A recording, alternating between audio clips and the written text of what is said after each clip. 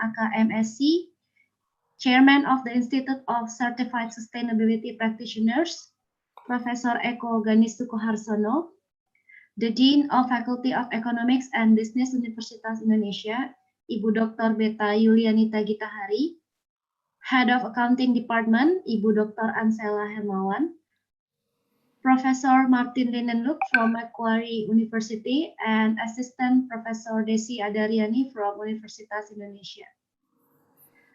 Ladies and gentlemen, International Conference on Sustainability is held by the collaboration of Department of Accounting, Faculty of Economics and Business Universitas Indonesia, Institute of Certified Sustainability Practitioners, and National Center for Sustainability Reporting. This conference is aimed to establish international scholars and practitioners network in pursuing sustainability research that relate with accounting field. Today's conference agenda will consist of a series of panel sessions from our prominent speakers in sustainability accounting, and also several breakout sessions which include paper presentation by the conference participants. Ladies and gentlemen, before we begin, for a brief moment, we would like to invite you to hear Indonesian National Anthem, Indonesia Raya.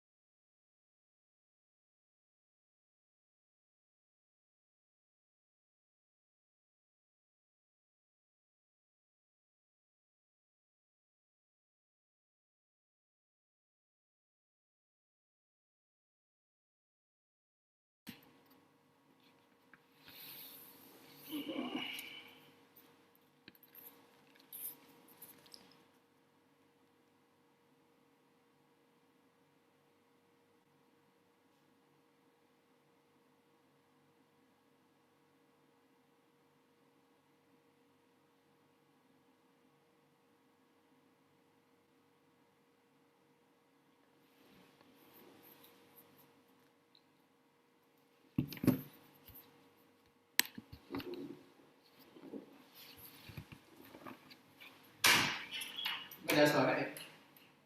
Nggak ada suaranya.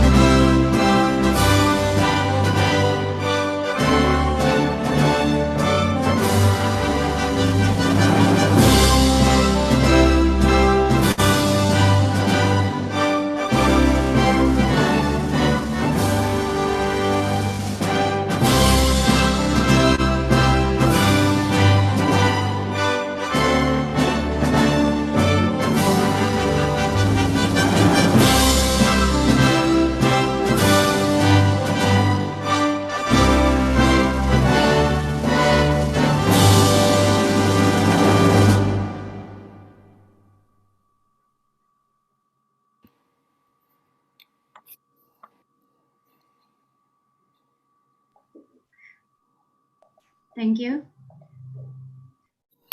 Excellencies, participants, ladies and gentlemen, to open this conference, we are now going to listen to the welcome speech that will be delivered by the Dean of Faculty of Economics and Business Universitas Indonesia, Ibu Dr. Beta Yulianita Gitahari. Without further ado, I invite Ibu Dr. Beta Yulianita Gitahari to deliver the welcome speech.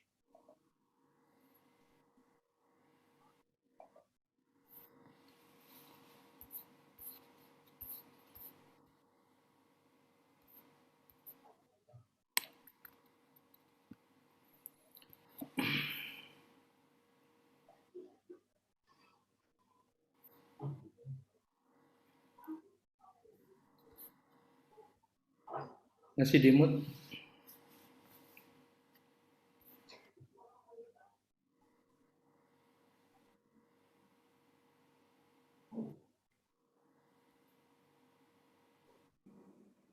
Oke.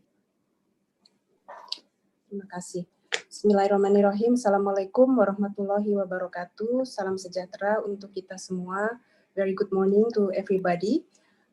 Distinguished Professor Eko Ganis Sukoharjo, Chairman of the Institute of Certified Sustainability Practitioner, Dr. Ali Darwin, Chairman and Executive Director of the National Center for Sustainability Reporting, Professor Martinez Linenloek from Macquarie University, Dr. Ansela A.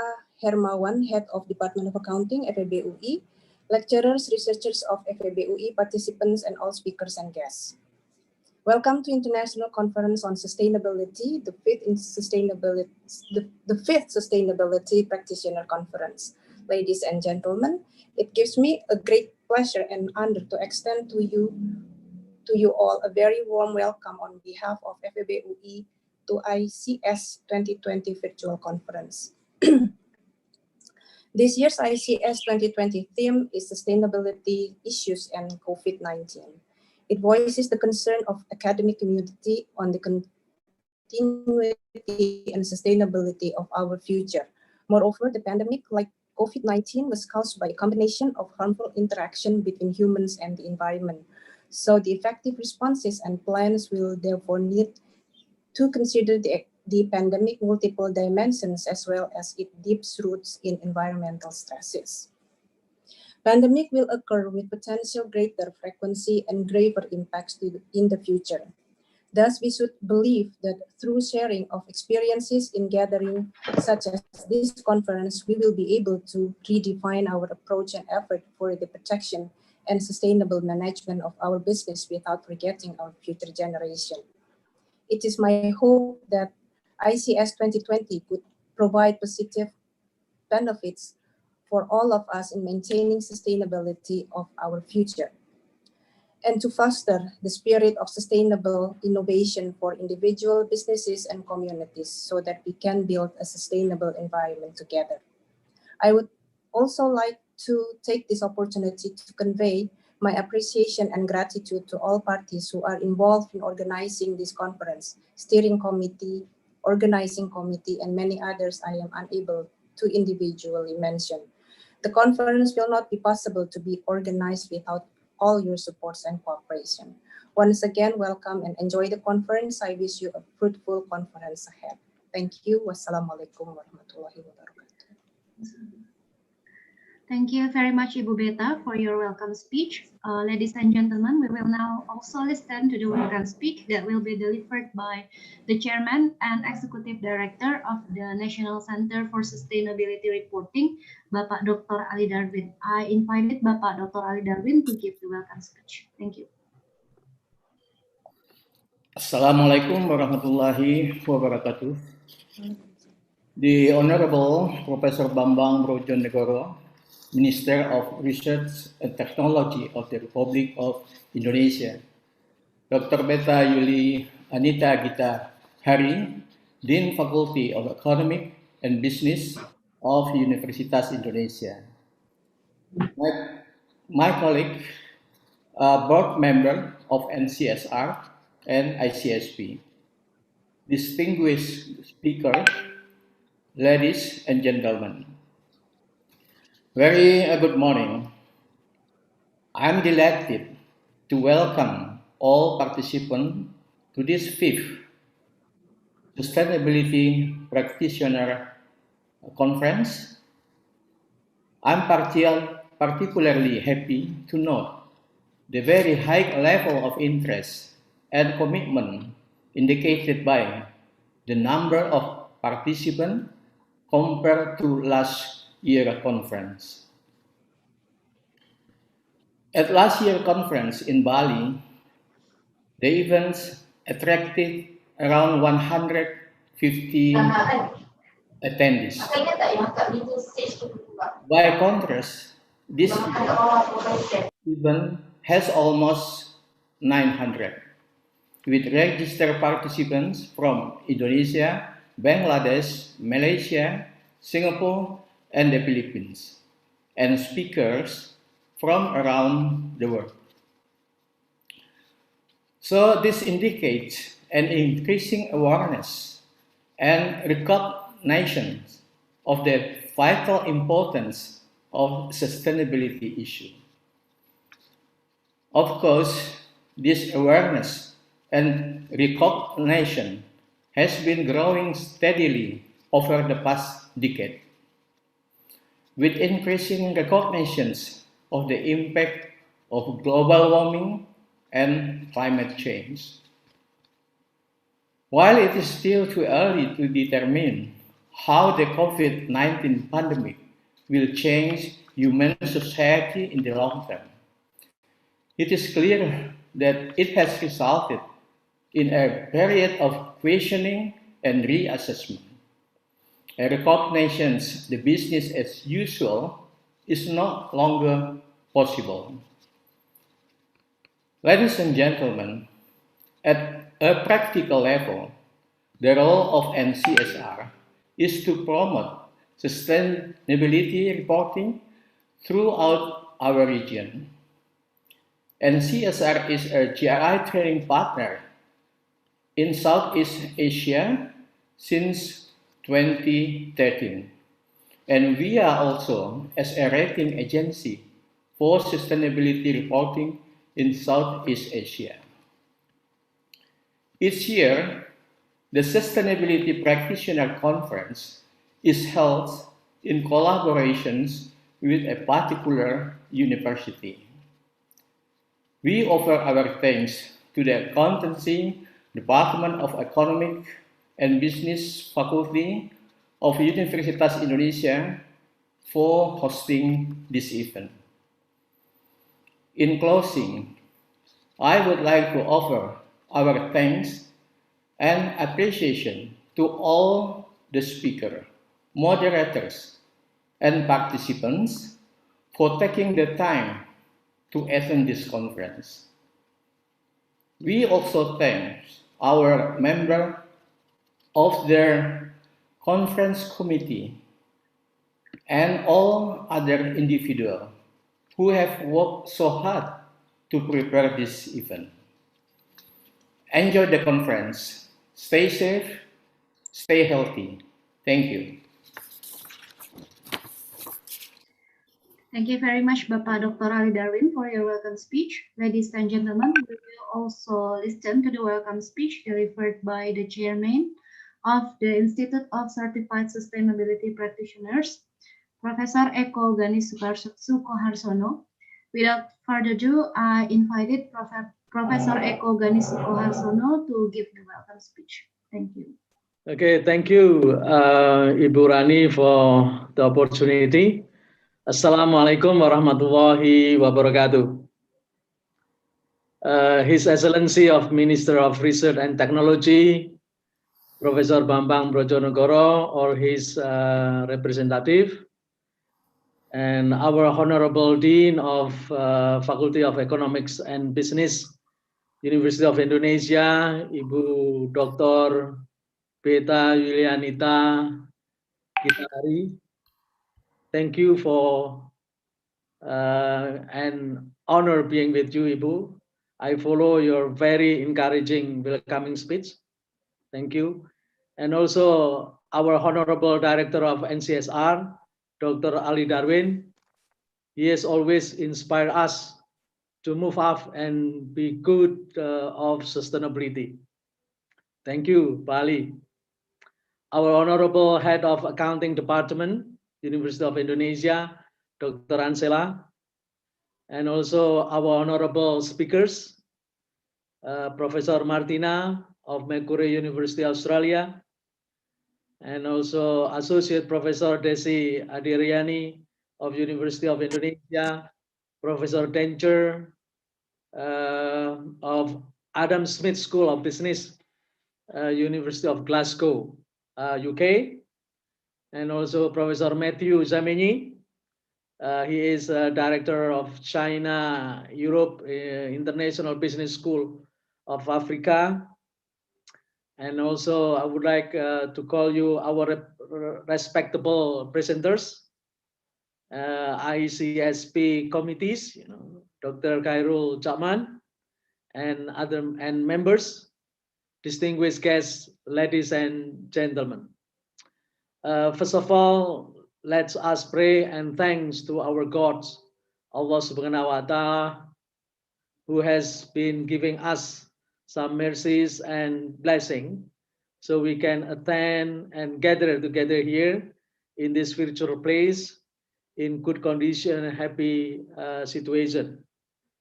And also, secondly, I would like to welcome you all again, to the fifth Sustainability Practitioners Conference on Sustainability issues and COVID-19. And just flashback of the Sustainability Practitioners Conference before, for just remembrance, right? For the first Sustainability Practitioners Conference, it was in Malang, 5 years ago, collaborated with University of Brawijaya. And then for the second Sustainability Practitioners Conference was in Solo, and the number not so big as today.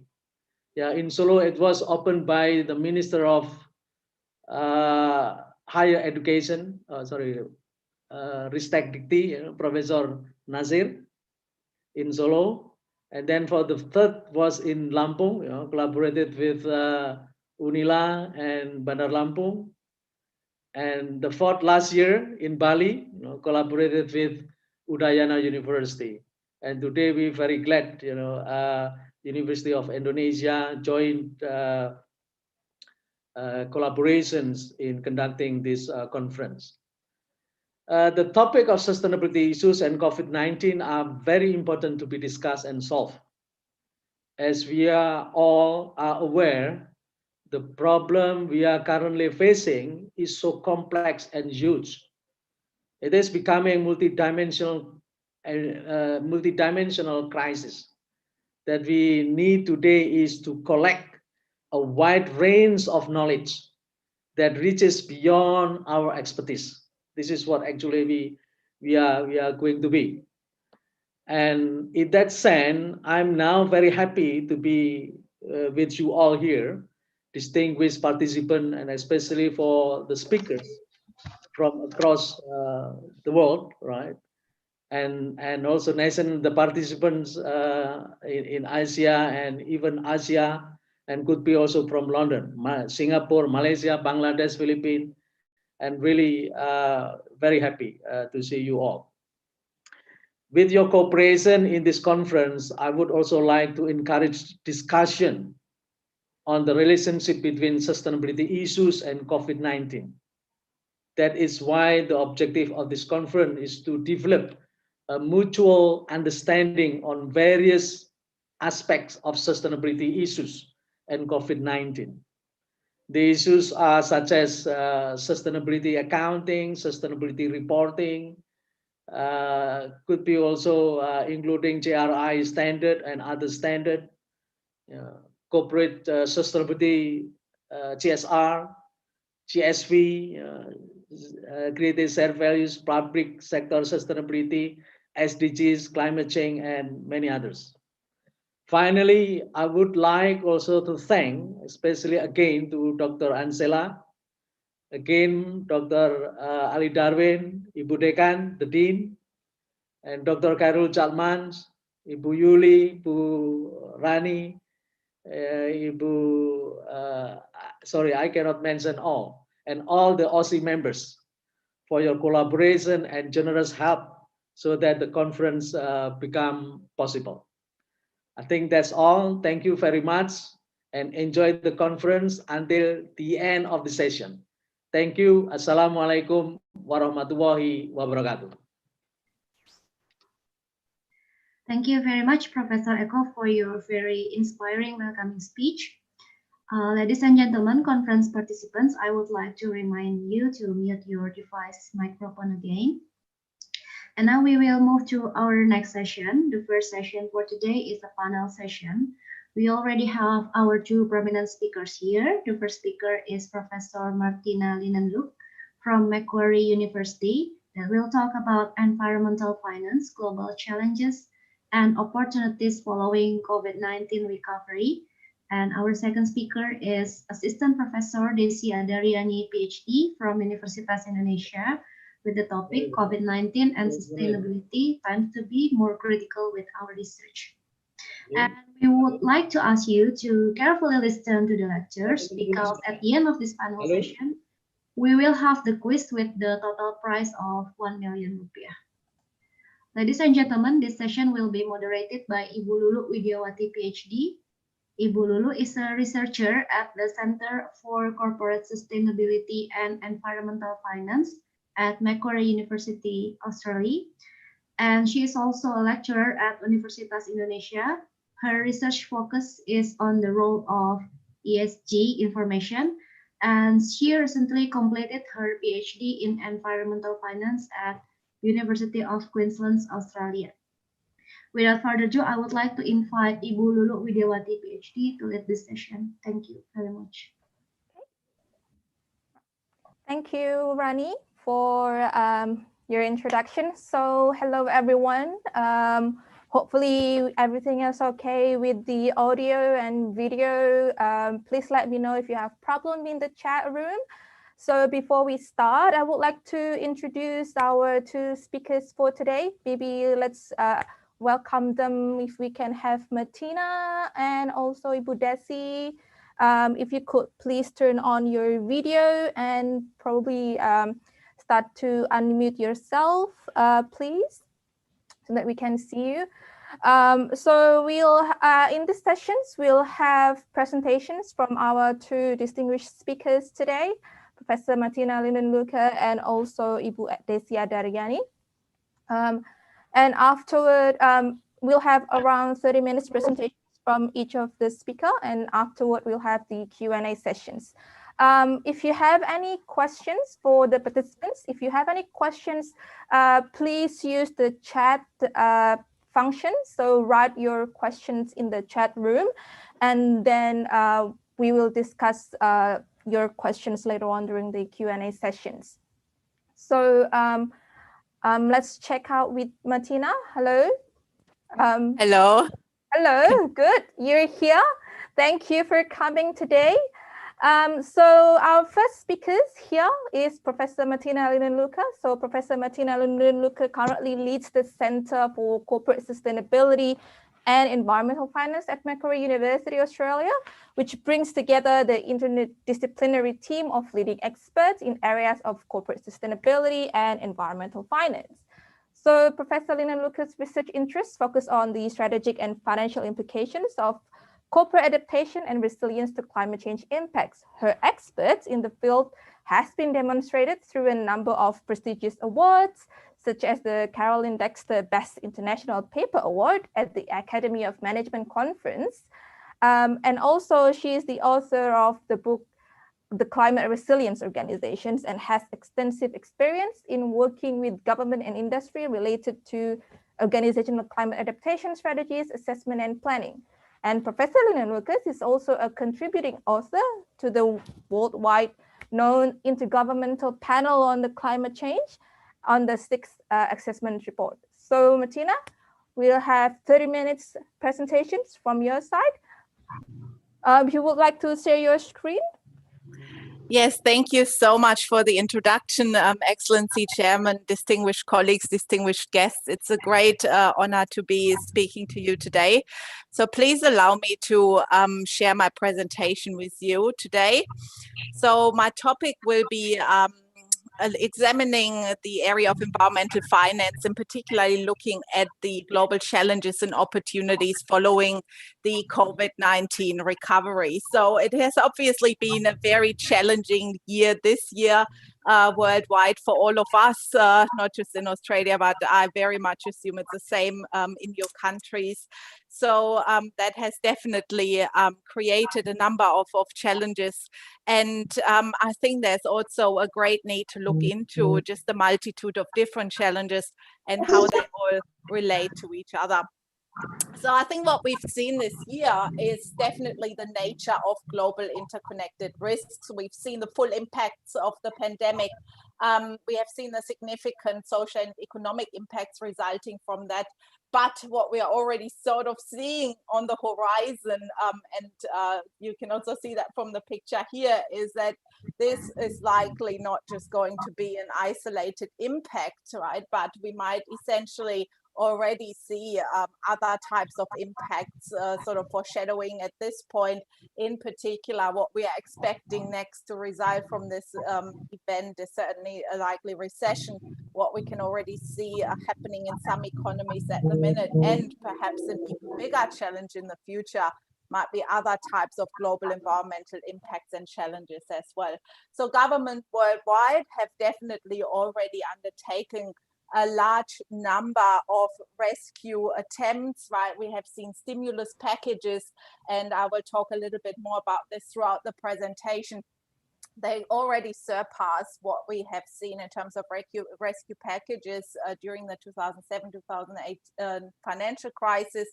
And it will be, I think, really important for us in the future to monitor the situation, because I think there's a lot of trade-off happening at the moment in terms of addressing the immediate financial crisis versus longer-term risks. What we are also concerned about is that ultimately we might see even bigger threats resulting in the long run, right? Because we already see other types of issues developing worldwide. For instance, we are also concerned, not just about climate change, but other types of environmental changes. For instance, we see a lot of problems around biodiversity loss in the future, which could essentially be another really large-scale adverse event that we might be facing in the future as well. So here in this segment, I will be looking into the implication and also the relationship between business activity and global environmental change. So you can see from this definition here from the US Global Research Act that essentially concern around global environmental change has been around for a while now. You can see it was already mentioned here in the US context in 1990, right? So that's now multiple decades in the past. So already at that point in time, there was concern around the significant amount of environmental change that we are facing. And essentially not just limited to climate change, right? But you can see from the definition here that global change was defined as changes in the global environment. And that includes climate change, but also other types of challenges, such as land productivity, changes to our ocean composition, water resources, atmospheric chemistry, other types of ecological systems. And the concern here is not just that this has got consequences for our environmental systems. The greater concern is really that this might change the carrying capacity of the planet, which ultimately means the capacity of this Earth to sustain life and human life in particular as well. So more recent frameworks have tried to quantify the type of risk. And I think some of you are already familiar here with these types of frameworks. This particular framework is the Planetary Boundaries Framework. It was initially introduced through publications in 2009, was later on updated in 2015. It's been brought together by a group of experts in this area around Johan Rockström and Will Steffen, And this is essentially an attempt here to quantify the different types of risks that we are seeing in the natural environment, right? So you can see the 9 different boundaries mapped here. They're essentially underlying processes that we should not really be interfering with if we want to sustain this capacity of this planet to sustain life. So you can see here that for some boundaries, we have already reached critical limits. Climate change is listed, but also biosphere integrity, which refers to the ultimately our biological diversity, right? Also concerns around species extinction. We see land system changes already approaching critical limits here as well. We see concerns around freshwater use, biochemical flows, which refers to fertilizer emissions in the environment, particularly driven by agricultural activity, but also concern around other areas such as ocean acidification and novel entities. So for instance, plastic pollution or pollution with other types of materials that would not normally occur in the environment. For most of these boundaries, we now have a very good understanding where we are sitting in terms of risk profiles. And ultimately, we can already see from this framework here that we are approaching very critical limits on several of these boundaries, right? So you can see climate change in particular is approaching critical limits. The biosphere integrity, we might have already exceeded critical limits here. And we certainly also concerned about land system changes and fertilizer emissions in the environment, because that is not just fertilizing the agricultural land, it's ultimately interfering with the overall chemical flow in the environment. So the concern here is not just, as I mentioned, that we might be changing the environment, but the critical idea here behind these frameworks is that we might approach critical limits. And a real challenge for us is for many of these boundaries, we have not really experienced the type of limits or the type of thresholds that are in place, right? So at the moment, what we are really trying to understand is how far can we actually go with this type of change, right? Is there potentially a tipping point in place? And at the same time, we're not just confronted with these environmental challenges, we are also confronted with the social and economic impacts of the current crisis. So we are really seeing a compounding effect here of ultimately multiple challenges that are in place. And the challenge for us, I think, really is to work out where critical thresholds are and how we can avoid exceeding those types of thresholds. Because in particular with climate change, I think we are currently still in a really good position to mitigate future impacts and consequently avoid some of these negative impacts in the future. So this is essentially summarized in one figure here, right? The challenge that we might be seeing as a result of exceeding global environmental change thresholds, right? That we might ultimately result in a situation where we put our entire planet and our existence at risk. So what does it really mean, right? So this entire situation is obviously posing an immediate threat to businesses, to assets, to profits, right? And we have done a lot of research around this, essentially translating these global types of frameworks into frameworks that are accessible to a business audience, right? So for instance, changes in climate change have got direct flow-on effects for companies, for instance, right? We see internationally that limits on carbon emissions are put in place through carbon emissions trading schemes and other types of carbon taxation. We see regulatory changes worldwide happening. We see a clean energy transition that's in place at the moment, right? So this is just one example where we see a direct flow-on effect, essentially, from concern around this type of global environmental change and what that means for companies, right? We certainly also see other types of impacts here. So for instance, the loss of biosphere integrity that we are concerned about, right?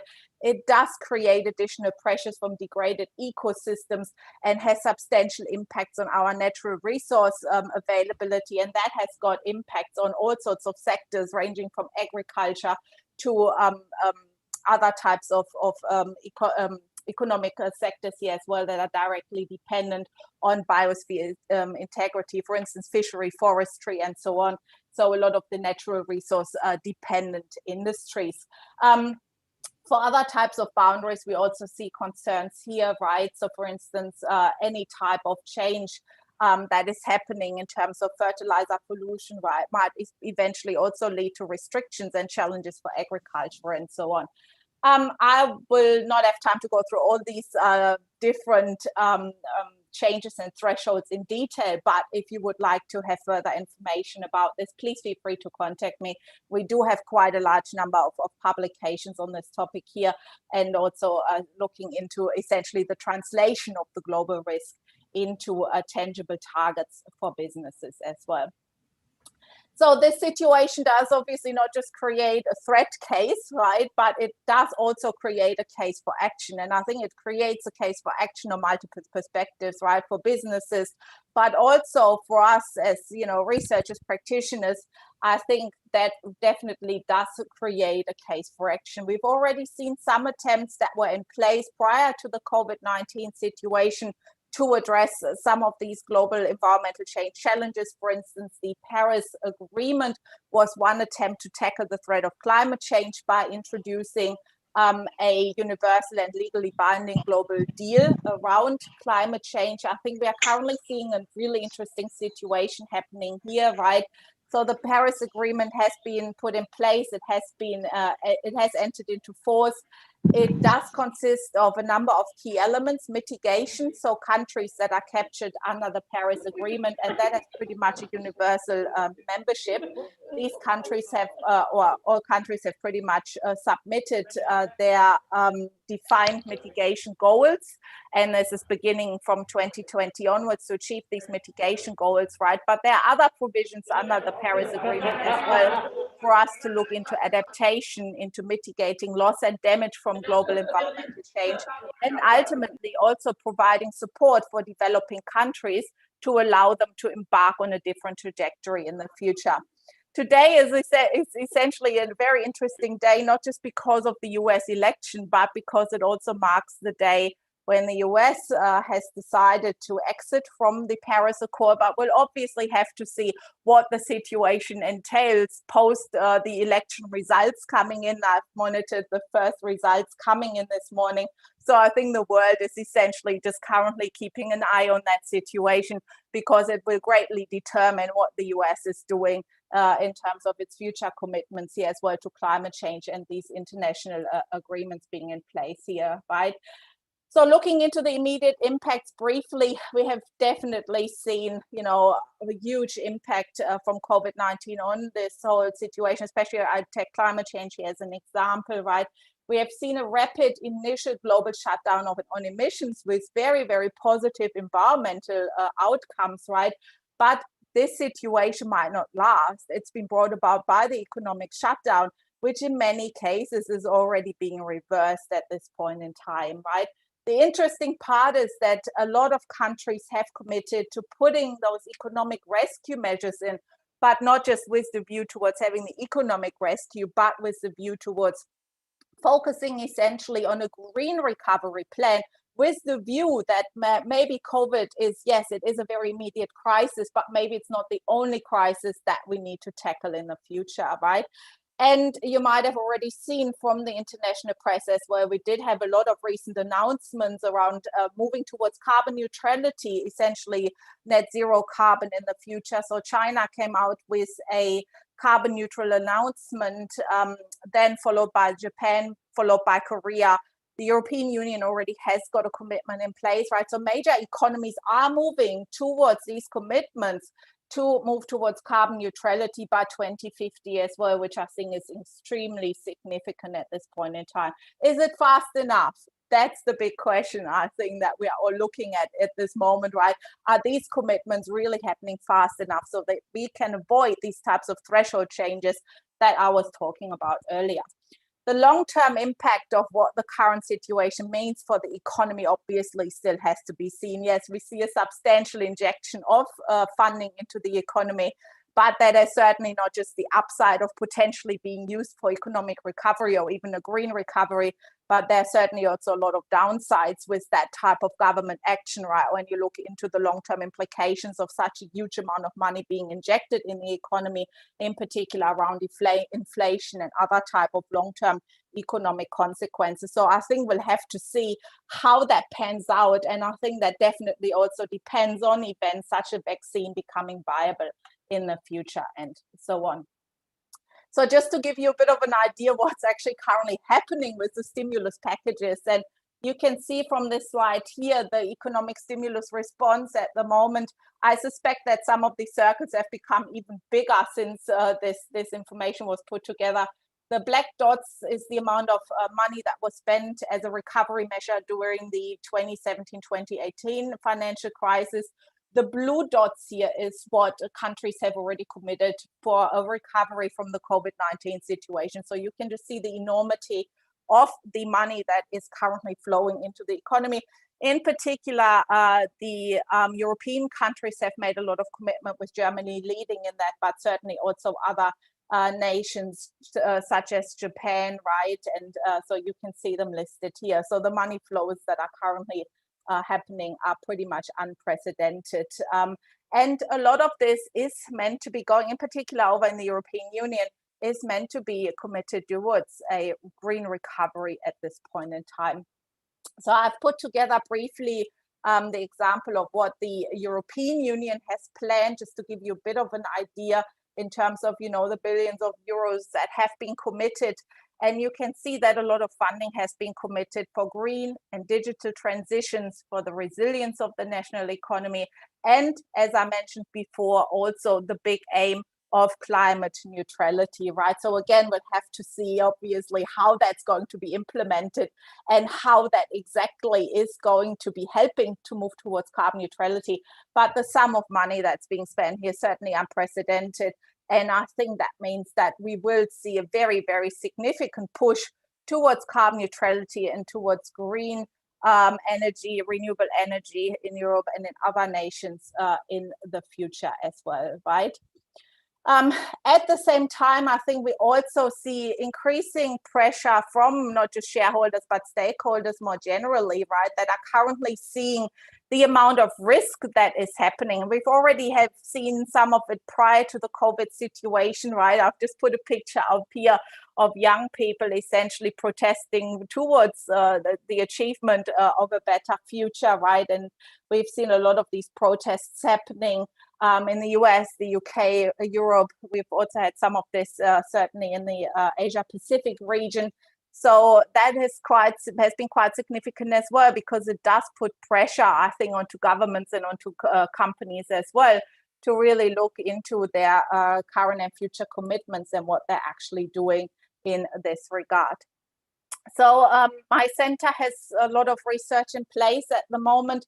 A lot of this has obviously already been started prior to COVID, but we've also updated some of this to look into the current situation, to really monitor, you know, what these planetary boundaries that are outlined to you, what they really mean for companies, right? And what it means for companies' assets and profits. So we have looked into the situation of mining companies, for instance, to understand how changes in boundary condition translate into policy changes, for instance, and how that has got subsequent impacts on companies. So for instance, fossil fuel intensive companies might no longer be able to use all their fossil fuel resources as a result of regulatory changes. And that obviously might mean that there could be instances of asset impairment and so on. The entire area is still rapidly developing at the moment. And I think it's really interesting to currently be active in this space, because a lot of this is not really codified in any kind of guidelines or legal frameworks, right? Because companies, I think in the past, were not really faced with these environmental types of challenges, but they were more faced with economic challenges. So we do have a lot of economic frameworks in place, for instance, around recognizing impairment events, but we don't necessarily have the same frameworks in place for recognizing environmental impairment events, for instance, right? So I think this is a really interesting area, and we are working quite closely with regulators here at the moment as well to see what we can do to better recognize these risks and also have companies better report and act on these risks as well in the future. The other area where we are doing a lot of research as well is to look into the potential for corporate assets to become stranded assets, and we collaborate closely with international partners here on this as well. For instance, we are part of the Global Research Alliance for Sustainable Finance and Investment together with University of Oxford and other types of global partners. And there's a lot of research coming out here as well that is essentially monitoring what is happening, especially to fossil fuel intensive assets as a result of the global challenges that we are seeing. At the moment, this is still an unresolved question from a research perspective, right? You will see some reports coming out that are suggesting that a huge percentage of profits of companies' assets, profits, and so on might be stranded, whereas our research suggests that a lot of this risk is already incorporated into corporate valuations at the moment. So we are still resolving those types of tensions in research at the moment to get a better idea around, you know, stranded asset values and valuations. And I've got a few PhD students working on these areas as well. I think the last important aspect for us to look at are also business opportunities, right? And we've done research here looking into post-COVID scenarios and post-COVID outcomes to look into, you know, possible solutions for companies and also possible way forwards, right? So we've put research together here that looks into different alternative pathways for the future. A lot of this will obviously depend on how fast we can recover and what type of trajectory we take in the future, right? So we can either go with a business as usual approach and return back to our old ways. But the challenge is, you know, that we might not be fully prepared for this changed risk profile that we will see in the future. I think the other great opportunity that is coming out for us at the moment is really to look into this rapid uptake of clean tech and clean tech development, right? So seeing all this money that is injected into the economy. So we've run initial estimates, and this was a study that was done prior to COVID without the stimulus funding being injected in that area. And we already saw that from that type of research that there is a possibility here for clean tech development to significantly add to wealth generation internationally. So we had an estimate that if clean tech patents are being commercialized, and obviously not all of them are going to be commercialized, it's only a small fraction of clean tech patents that is ultimately leading to uptake and breakthrough successes. But if we see even a commercialization of only a very small amount of clean tech patents that are out there, we might see significant amount of wealth generation. And we have some initial estimates here that could be between 10 to 15 trillion dollars, which is obviously significant internationally, right? So now with the injection of all the green stimulus funding, we might find ourselves in a situation where we can accelerate the clean tech transition and hopefully avoid some of these other types of changes that might happen in the future as well. So lastly, I wanted to conclude with this picture here. It's actually one of my favorite photos because it just shows the immense amount of the challenge that we are facing. It's a composite picture put together by NASA. It shows you Earth at night. It was obviously stitched together from various photographs at various periods of time. But I think it really shows the extent of our human population, just the extent with which we've sort of transformed the planet. It also shows the extent of our energy system, right? You can see here a situation whereby we are lighting the night sky. And a lot of this is not necessarily productive energy. It's just energy used to illuminate our environment.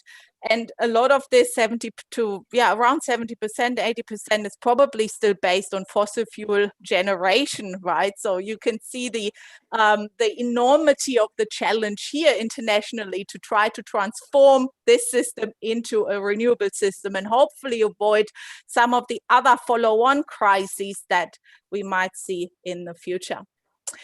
So thank you again very much for the opportunity to speak today. If you would like to contact us or have any further questions, I will obviously be available on the chat and for the Q&A session. But here also the contact details in case you would like to receive any copies of the research or you would like to stay in touch. We are also represented on social media.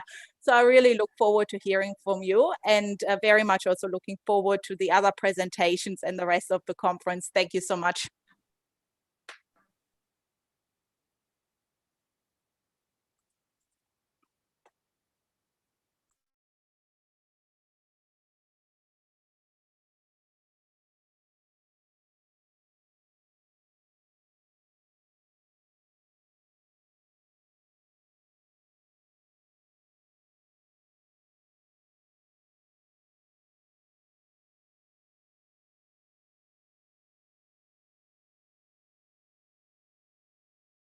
All right. Okay, so that was a bit of a technical glitch there. Thank you, Martina, for the excellent presentations. We already got some questions here. And we'll save the questions for the Q&A sessions, but we'll continue to our next presentations. Now from Ibu Desi Adaryani, PhD. She is a lecturer and researcher in the Department of Accounting, Faculty of Economics and Business from the Universitas Indonesia. She holds a PhD from the Victoria University in Melbourne, which was funded by the Australian Award Scholarship. She has been actively involved in several research projects on sustainability, accounting, ethics, and gender, and has attracted several research grants, namely from the Indonesian Ministry of Research and Higher Education, the Chartered Institute of Management Accountant, and Universitas Indonesia. To enhance her research capabilities, Ibu Desi has also been actively involved in several research collaborations with leading international researchers, including Professor Charles de Villiers at the University of Auckland in 2018. And Ibu Desi also joined a research team at the Center for Sustainable Business at the New York University to take part on the SDGs research. For a complete list of her work and publication can be found in her Scopus profile, ResearchGate, and LinkedIn. So if we can welcome Ibu Desi. Okay, thank you, Lulu. Sorry. Thank you for our honorable speakers, committee, and participants. Allow me to share the PowerPoint first.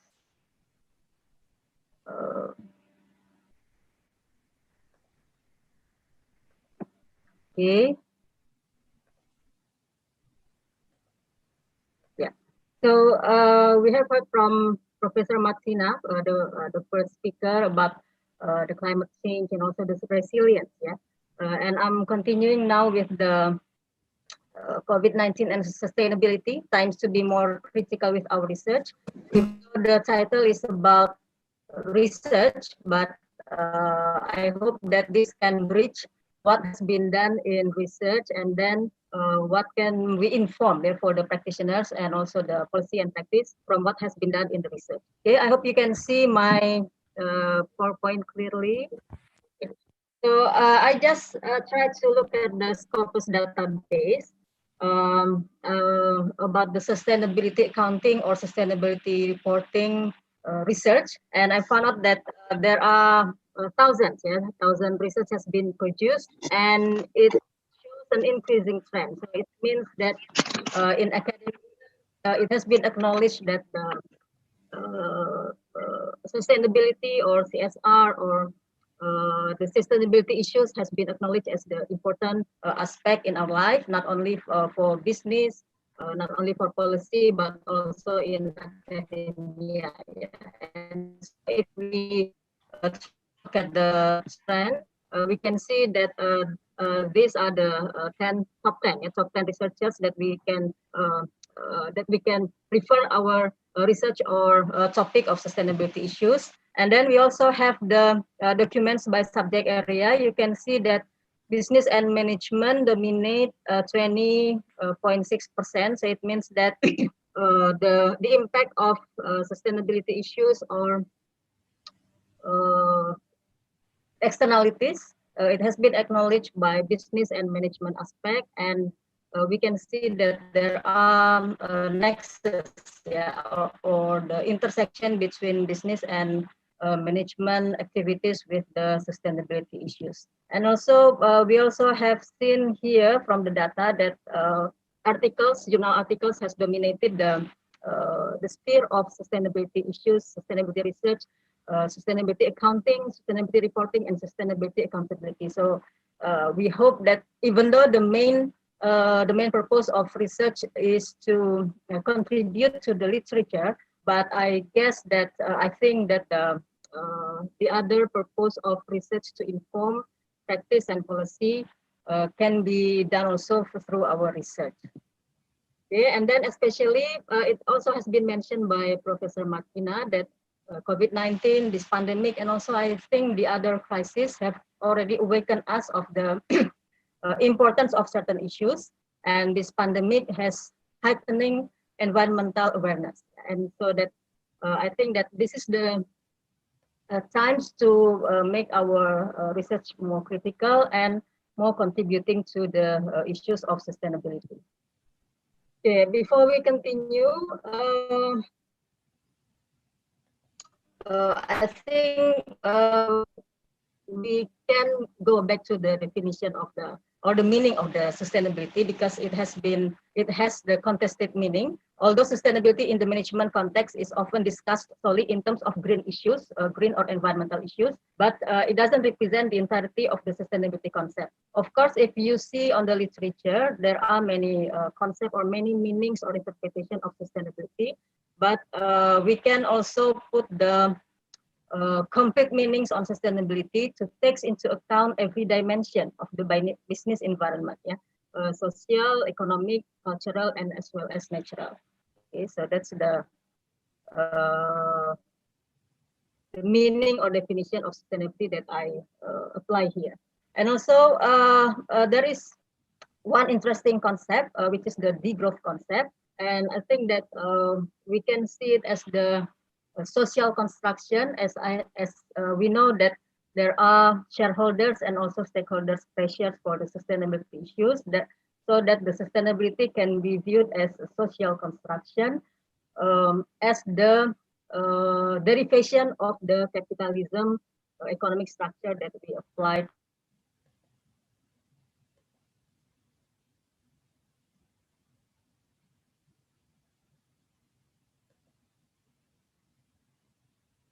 Okay.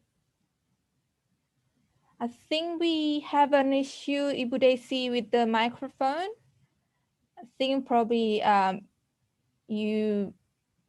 it's currently on mute.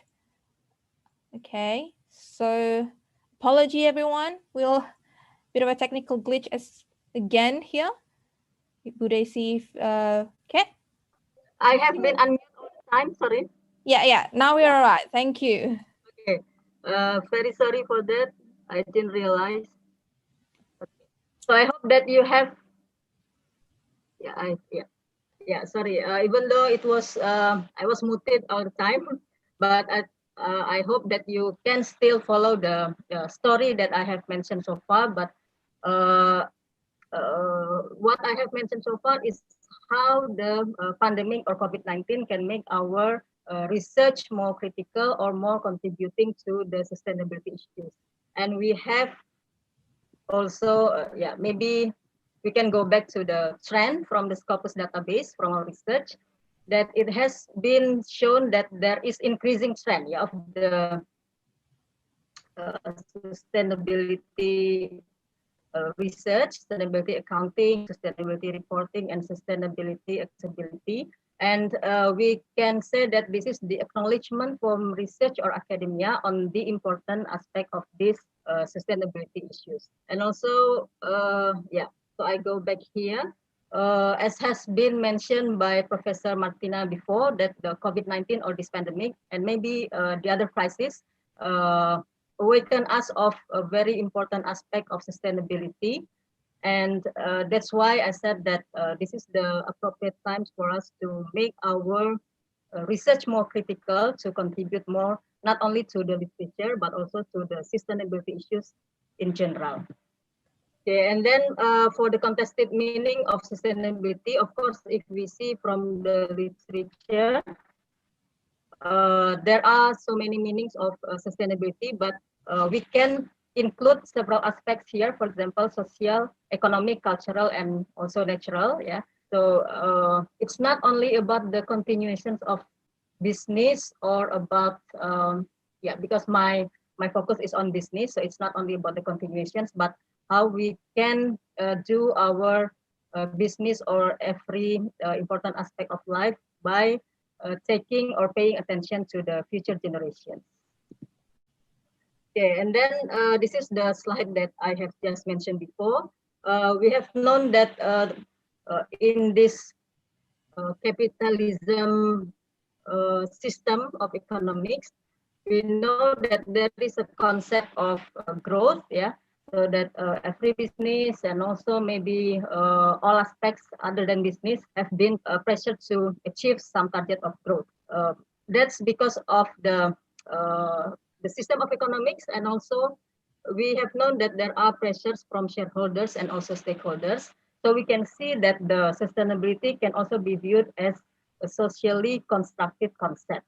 And we know that there is a degrowth concept, which is defined as a voluntary transition towards a just, participatory, and ecologically sustainable society. So that if we can give pressures to the more pressures to the business and also to the government, because I think Professor Dencher will talk about governability this afternoon. So we cannot just lay all the sustainability issues on the government, but we can make pressures, and then the degrowth can become the sustainability socially constructed issues. And we can see from the from several literature, for instance, from Journal of Cleaner Production here about degrowth in the context of sustainability transactions. So that's why we can put the critical research to help create the demand for the substantive form of sustainability, and hence we can expect that it can take the role in the social construction. Okay, and then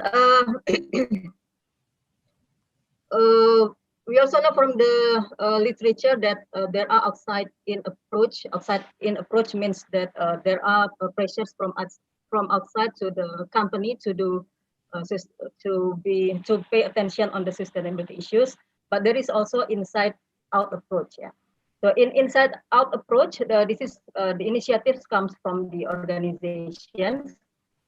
Even though my focus is on corporations, but it doesn't mean to neglect other type of organizations.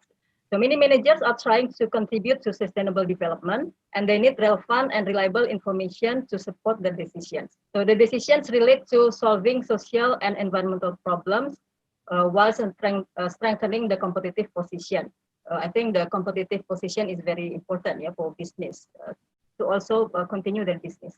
And then the sustainability accounting in this notion is a set of pragmatic tools, and we can see that some tools are sustainability balance scorecard or eco control or sustainability management control. I think you are already familiar with this concept. I would like to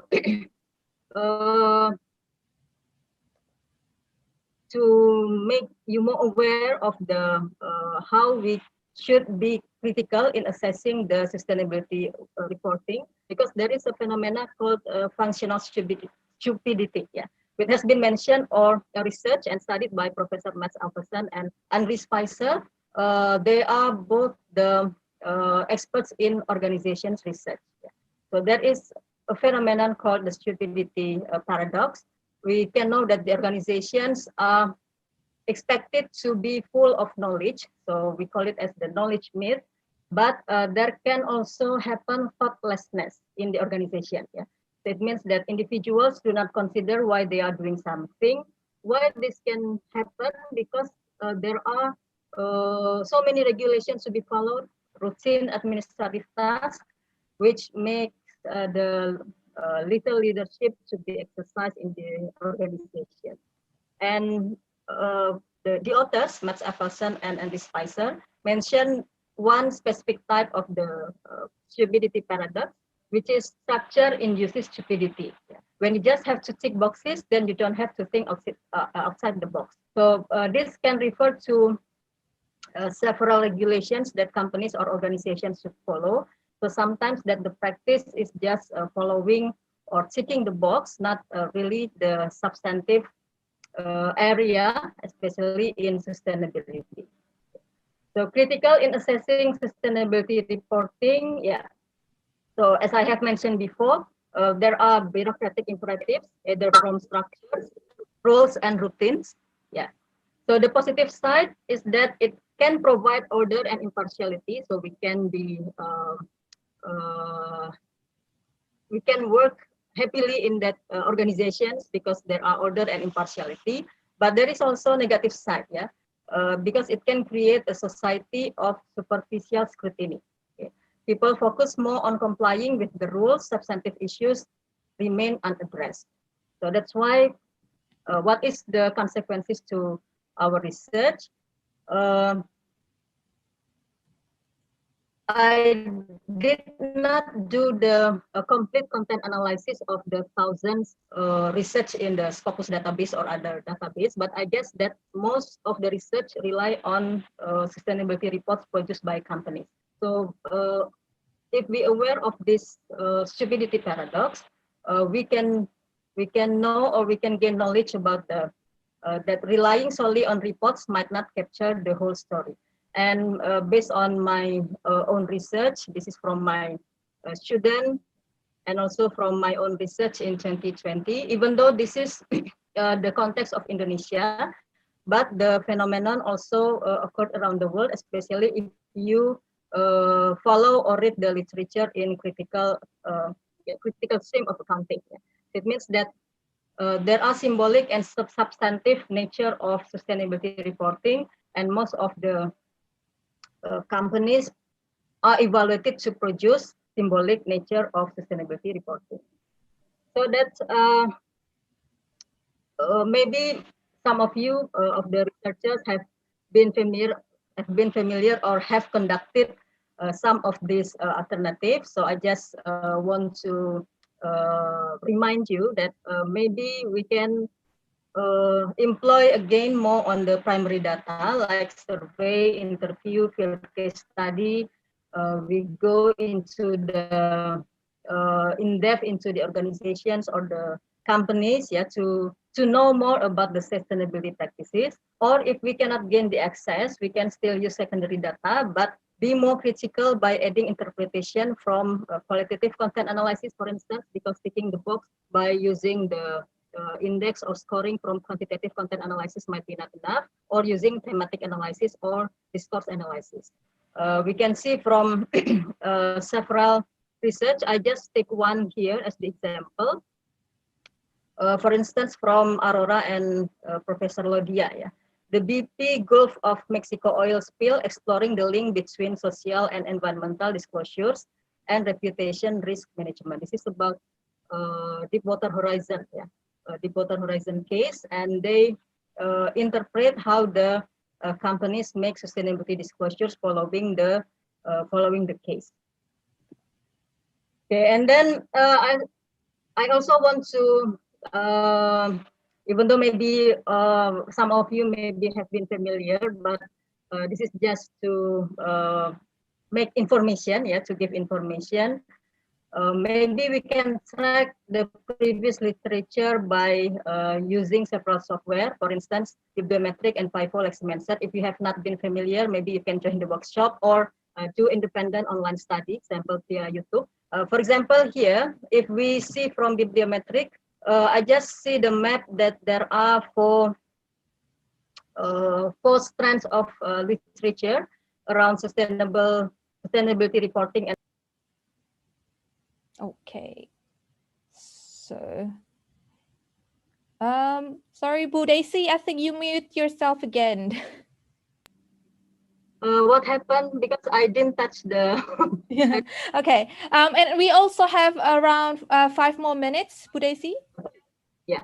Okay. Thank you. I hope there will be no problem with the microphone anymore. Yeah. So you can see that from the bibliometric, there has been several issues that have been researched so far, which is marked with a green mark, while for the blue mark, sorry, what is that? Yeah, the blue mark, the blue color here mark the the least topic that has been researched so far. For instance, there are food, I think, food supply or food production, which is part of the SDGs, no hunger target. Maybe we can also focus our research there, because for the other topic, it has been already extensively researched or studied in the previous study. Okay, and also from Leximenser, we can see that there are SMEs here. So maybe we can also focus not only on large corporations or organizations, government organizations, but also on maybe SMEs can also play the role in sustainability issues. Okay. And also, I just take this from the from a paper from Napier and Stadler in 2020. They proposed a framework to evaluate the impact of accounting standards, but I think this framework can also be used to evaluate any policies in sustainability. For instance, we can see that there are information effects, capital market effects, and real effects. I believe that capital market effects, we have extensively researched this, studied the capital market effects of any sustainability policies, but information effects and real effects have been really investigated in the okay. And then we can also engage with current issues. I think Professor Martinez has already discussed this. Responsible investment, and also we can engage with the policy by visiting the relevant website, for instance, from SASB, Sustainability Accounting Standards Board, or maybe IASB, because previously I saw the research from Professor Makina that linkage between the sustainability and impairment of assets. Okay, and then this is also important. The important point that we have already had the global standards, but maybe we can also think of any specific local contents affected by the local culture, politics, and governance that need to be considered, and we need to modify the global standards, because GRI, for instance, this is the global or universal standards, but maybe if there are local standards that we can include in that standards, maybe we can modify. And also for those of you who are interested in big data, maybe you can try to explore the snippets or the social media, and then finding novelty. These are various sources to finding novelty. I think we don't have to really go into detail. And this is the some research issues that maybe we can also research in the future, apart from the research that has been mentioned before, mentioned by Professor Martina. So these are the list, but this is not to limit our study. So this is only the examples. For example, here, I just mentioned I just add this point: sustainability accounting intersections with other areas, for instance, religious or spiritual studies. We know that Indonesia, for example, with Muslim as majority, maybe we can take the religious path, to make the sustainability issues more encouraging or increasing awareness using this specific path, and also for the specific context. I think that's all for the that's all for the presentation. Thank you for the issues of microphone. I did nothing with the microphone. Okay, thank you, Ms. All right. Okay. Thank you, Ibu Desi. Apologize, that's probably from our side for the technical issues. So now Ibu Desi and Martina, we'll have some questions here from the audience. probably the first questions that we have, I think some of the questions have been answered, especially from a question for Martina. So I think probably we'll go for the first one that hasn't been answered about the carbon trading. So what do you think about the carbon trading, especially after the COVID situations, and whether they can still contribute toward the reductions of the global warming? Yeah, thank you for that question. I mean, at the moment, what we are seeing is, I mean, leaving the US situation aside for a moment, right, has definitely been a really strong increase internationally in terms of action on carbon emissions. And I think a lot of that also results from that situation, that there's obviously greater awareness internationally about the real need to act, right? I mean, I think to some extent, we've probably reached a situation whereby government action is no longer, the main push driver to sort of, facilitate that transition, because now we see increasingly that companies are really trying to capitalize on clean tech opportunities, right? So while, I mean, our research is sort of suggesting that, ultimately it's really the confluence of different levels of action that we need to see as change, right? It needs to have government action, business action, societal action, which is then essentially bringing together the ultimate, package for action on change, right? But at the moment, I think we are really seeing that government action alone is, no longer just the key push towards that transition, because companies and also consumers and society are becoming increasingly more aware. So, while I think these schemes are still important in terms of policy signals and in providing some overall monitoring oversight, I think what we are also seeing is just that companies are really starting to capitalize on these opportunities that are ahead, right, in clean technology, hydrogen technology, and so on, which is essentially, I think, really going to be replacing some of the very polluting industries that we are seeing. Okay.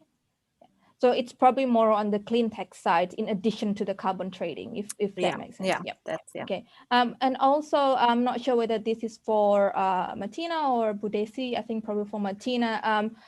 What can you suggest in terms of green recovery after COVID, in case of Indonesia, or probably wider context for developing economies, for emerging economies, considering that some here have a view that probably it's better to prioritize on the economic recovery, and then they can move forward into a bit more sustainability and issue and such. Yeah, I mean, I think in particular the situation of developing countries is really challenging at the moment, because, we've seen that, I mean, the examples that I had on my slide is essentially showing that a lot of the developed countries do have that financial potential to inject into that green recovery, right? So I think we're definitely seeing a recovery from a crisis where different countries have the potential to access different development pathways, right? I think nonetheless, I agree with, the sentiment that it is important to get the virus under control as a matter of priority, right? If that's not under control, then we can't really see a recovery.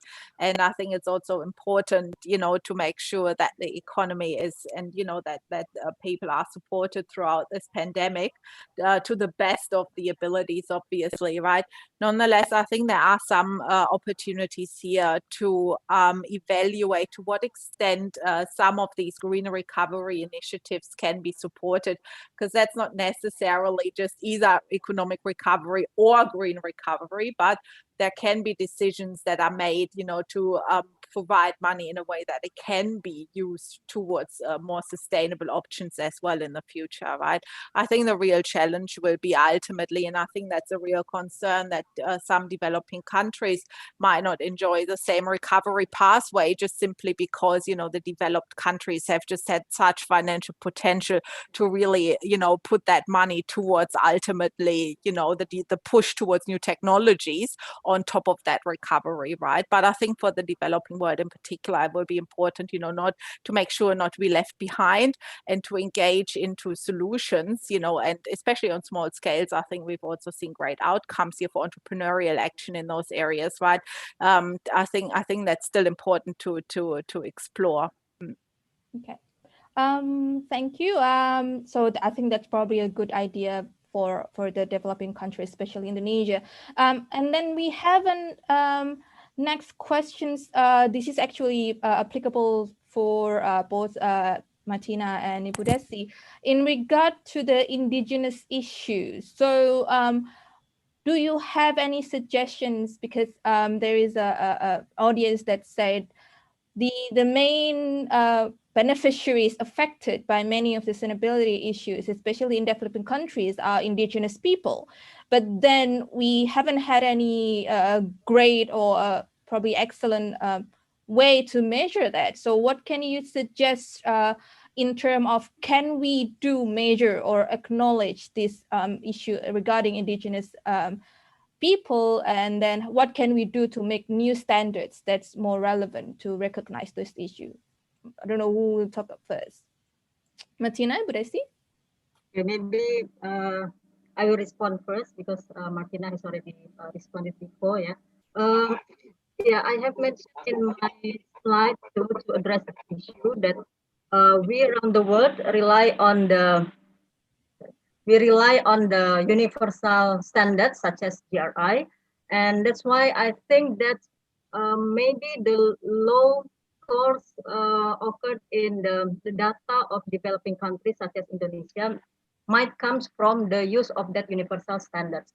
So that's why I encourage that if you have the opportunity to explore on the indigenous values, how they protect the environment or how they exercise the sustainability practices which have not been covered in the universal or global standards. Maybe we can add the values into our scoring, or if we do the quantitative research, usually we will develop the index, right? And then we can add the values or principles to our index. And if you do some kind of qualitative study such as ethnographic, for instance, maybe you can explore more on the practices and then inform the world through our research article or maybe popular articles, so that we can know maybe the indigenous people has already had their own standards which has not been adopted or which has been not acknowledged by the global or universal standards.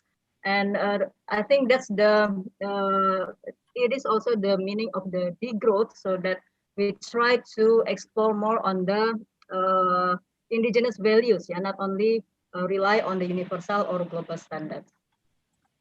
Okay, thank you, Ms. Lulu. Yeah. Do you have any different view on that, or Martina, or do you want to add to that view?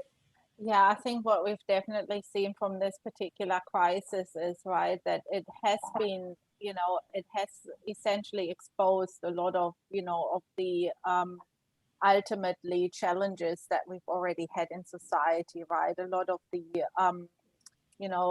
differences, vulnerabilities, and so on, right? But also, I think it has really shown that, there's a gendered approach to this crisis, right, or a gendered issue around the crisis, where obviously women were particularly impacted. I think it's also that minority groups are going to be particularly impacted, right? Indigenous parts of the population are going to be particularly impacted.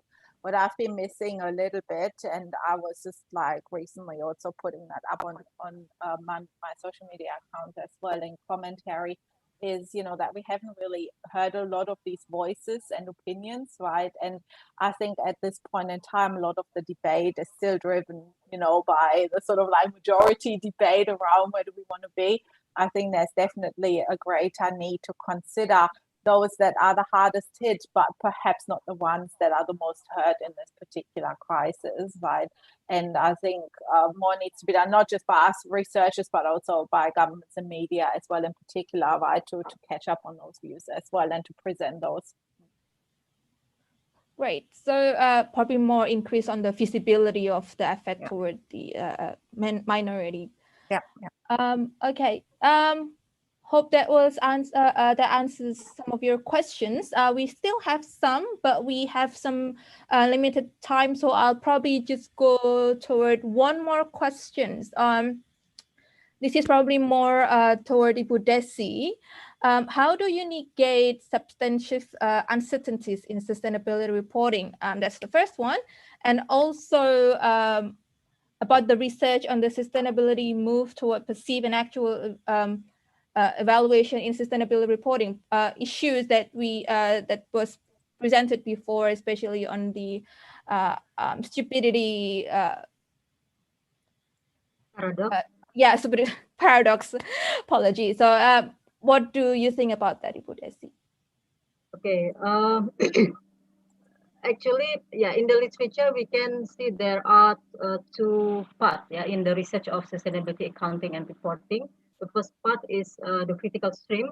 In the critical stream, as the term implies, they always criticize for the sake or for the purpose of the minority or disadvantaged people. Yeah, and I think this voice is really important to be heard.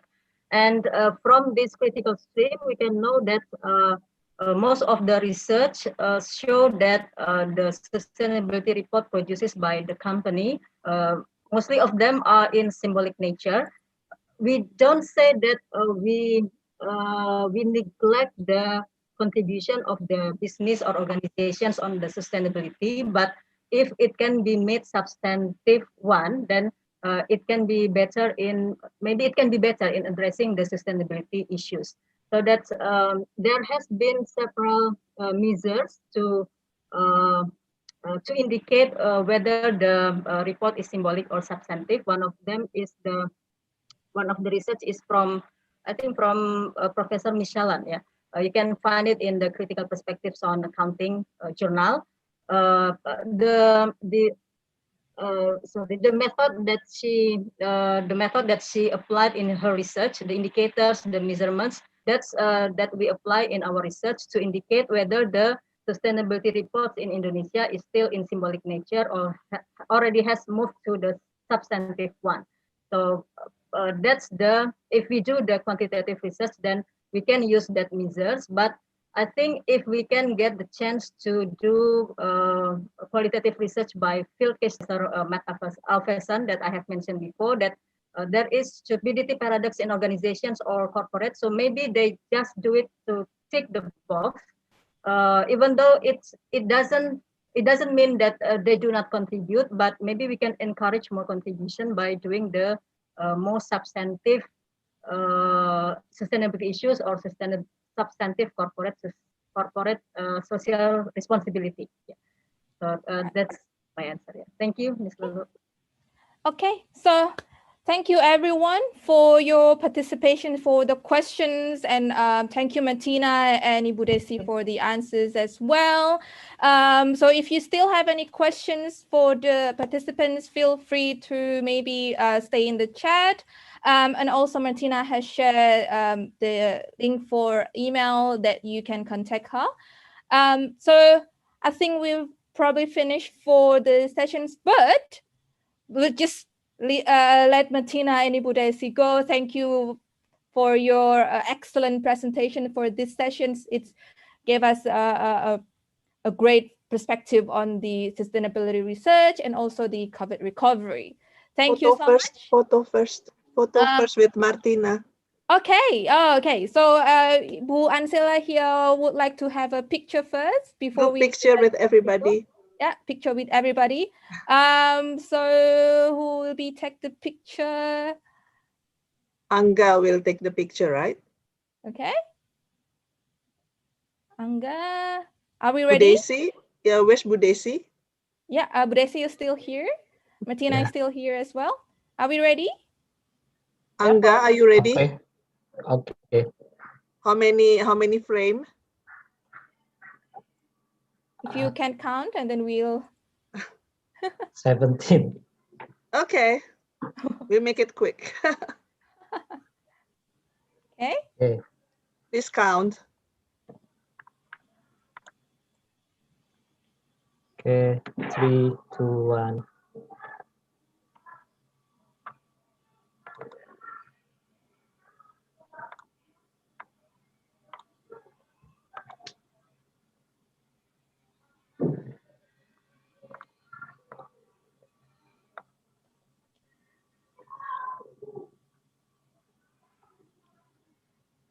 Okay. Everybody turn on the camera.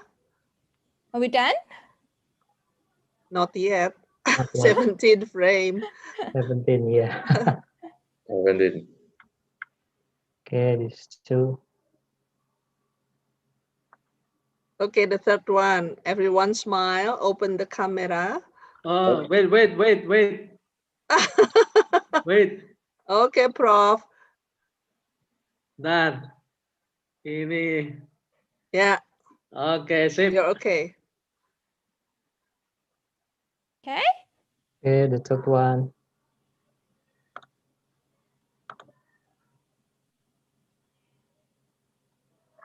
Dap. Okay, now the fourth one. Wow. Keep smiling. Don't know where you are.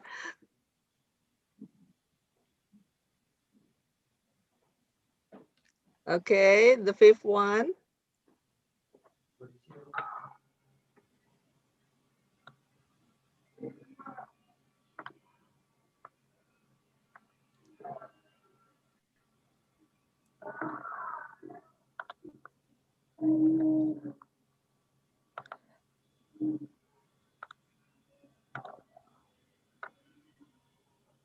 Kuisnya belum ya kuisnya?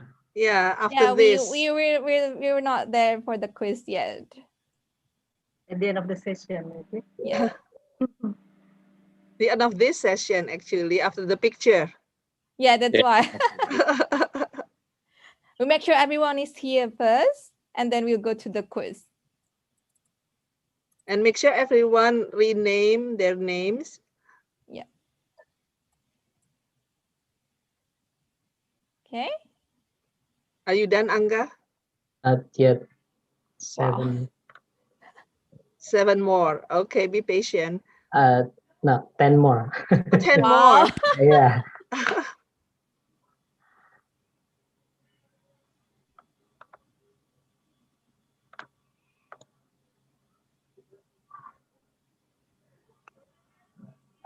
Please open. Open the camera, everybody, if you want to be yeah. in the picture. Hey, right.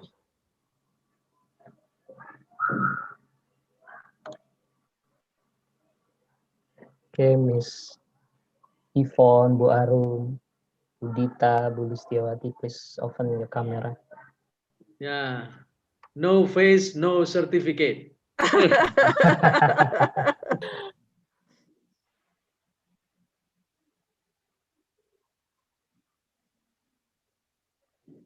Okay.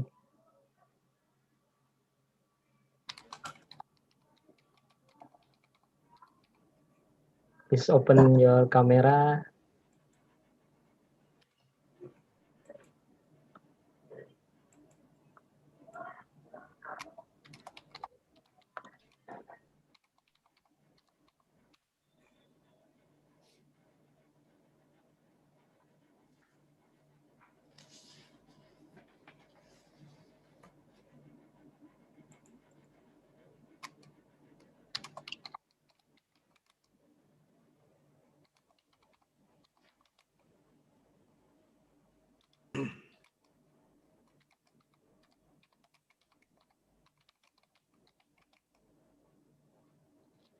Finish?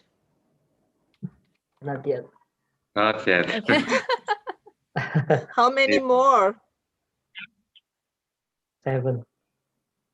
Wow. Okay. That's fun. It's still long. Yeah, because a lot of participants.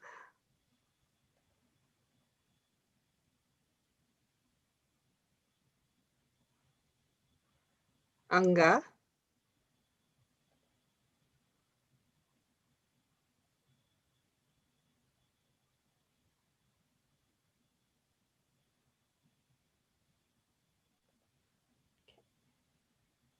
How is it, Angga? Okay, 5 more. Okay. Wow.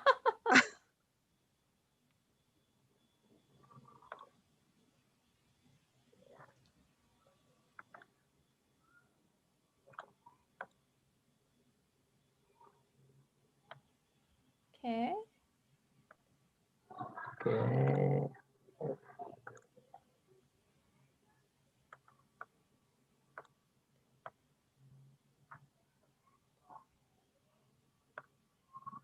Okay, while waiting, maybe Lulu can share before the quiz how the quiz will be conducted. Okay, so while everyone is waiting, so we'll have a quiz after this. Please stay tuned. Show everybody here for the picture and then stay here for the quiz after this. So we'll have a quiz. I think the link will be provided in the chat and then we'll be seen here as well. And then you just log in through the link, and then when you come into the website in the link, please make sure to use your full name that's being currently used for registrations, so that we can match you to the registrations. And then please answer the questions. So I think we'll probably have around 10 questions during the quiz, and we only have one winner. So make sure everyone try it out. We have one winner for 1 million rupiah Wait. of Focus, prize. focus. Focus. That's 1 million rupiah just by answering 10 questions. Make sure the winner will be the one who answer correctly, the most questions correctly, but the fastest one as well. Okay? So it's about whether you're paying attention to the presentation from our distinguished speakers and whether you can answer the questions as fast as you can. All right? So are we okay with the pictures? We're done with the pictures? I think so. Think so? Yeah, finish. All Okay, right, so finish. Angga. So I think we probably let our speakers go. But feel free to stay if you want to. Martina and Ibu Desi, feel free to join our next sessions if you want to. Otherwise, we'll see you again in other opportunities. Thank you so much for today, and see you later. Thank you, Ibu Martina and Ibu Desi. Thank you. So now let's go to the quiz, everyone.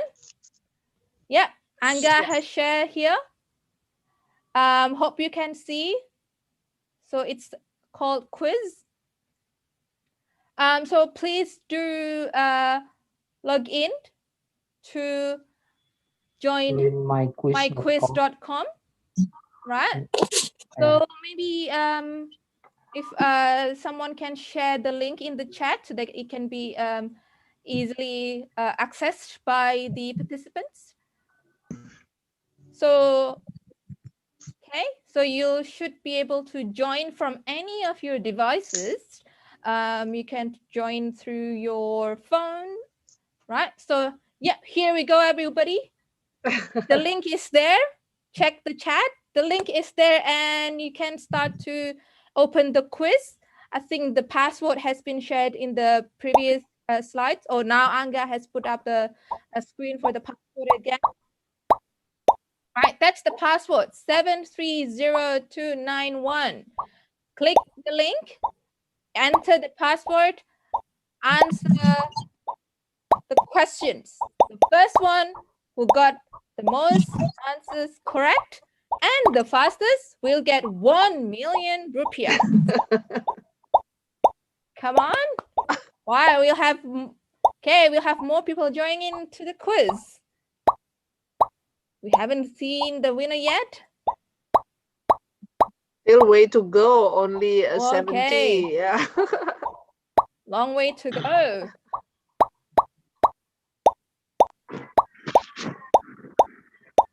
An easy 1 million, everybody. Just spare and there will your be another time. quiz. Tell everybody there will be another quiz this afternoon. Okay. Don't forget another quiz for the next panel sessions. Second panel sessions will have quiz as well. Okay.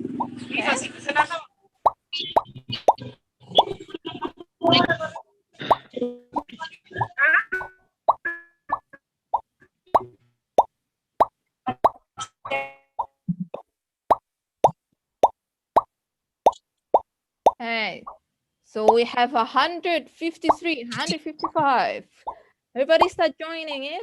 We haven't seen. Yeah, still not even 50% of the participant. We should wait first. All right. So we'll start the quiz when we, together, so that everyone have the same starting time, so we can see which one have the fastest time in answering all the questions.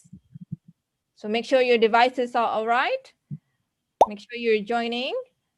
Make sure you use your full name or the name that you use for your registration.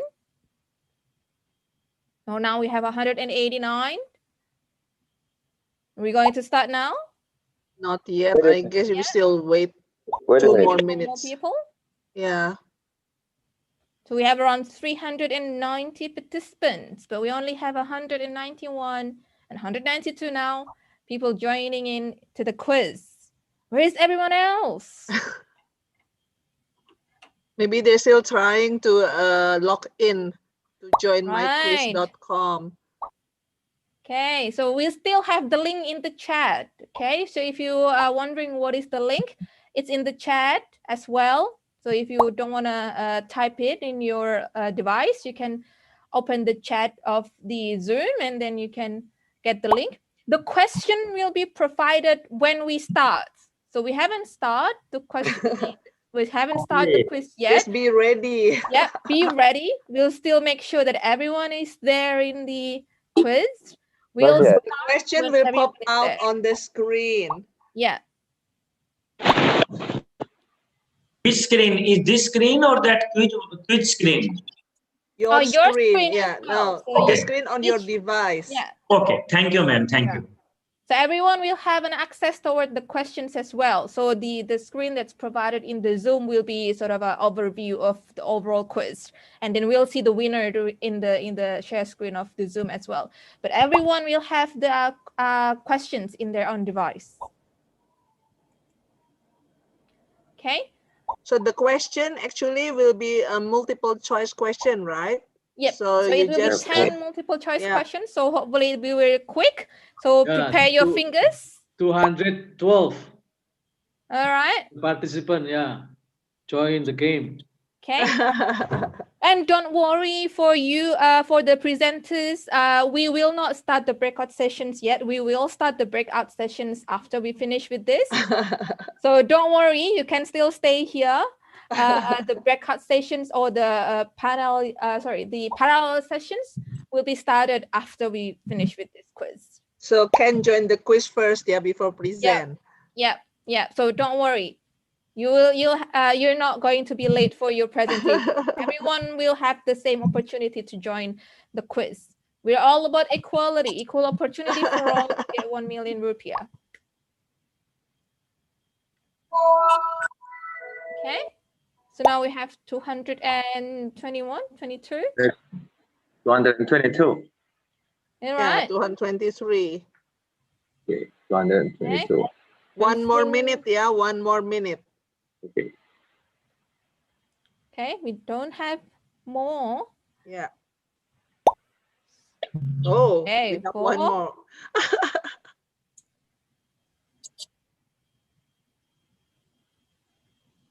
Okay. Okay, you can start. Okay. And then Angga will start the quiz. Okay.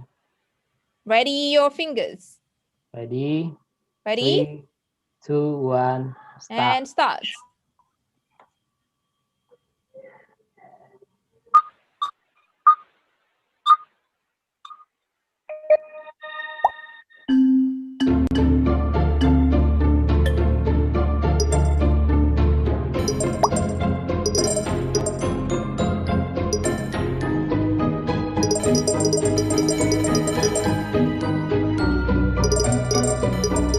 Environmental social government is integrated into a part of management.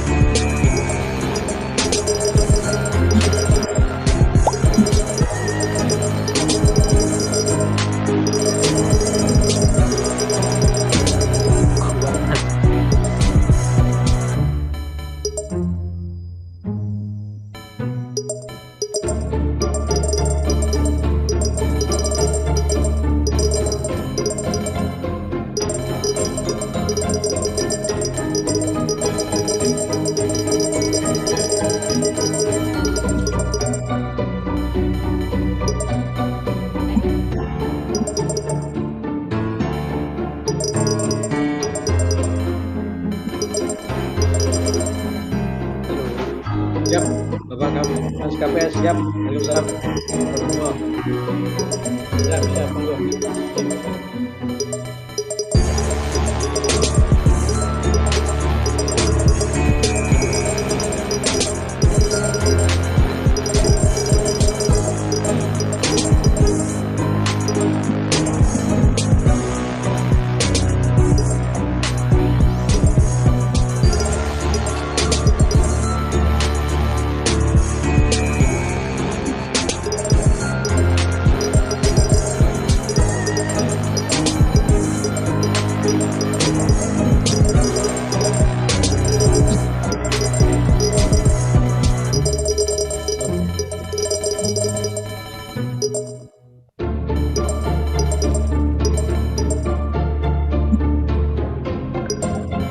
Do we have the winner yet?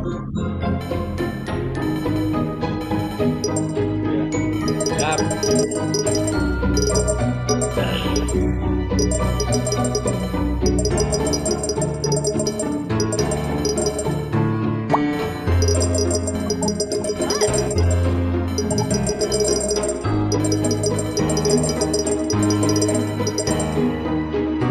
I think we probably have the winner.